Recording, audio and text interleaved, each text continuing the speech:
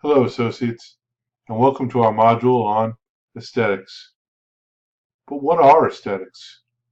Well, aesthetics can be defined as a set of principles concerned with the nature and appreciation of beauty, especially in art. It's also defined as the branch of philosophy that deals with the principles of beauty and artistic taste.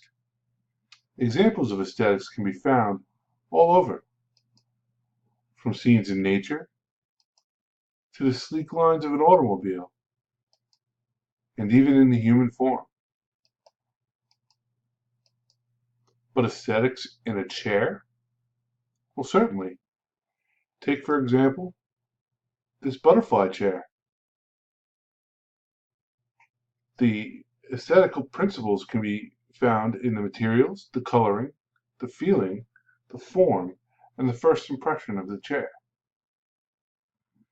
Aesthetics can also be found in such examples as the intricate inlays of this wicker chair, the sleek lines of this more artsy model,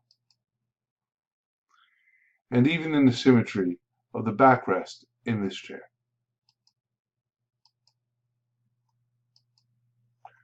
But what about the pulling chair? Well, don't take it from me, just read this review.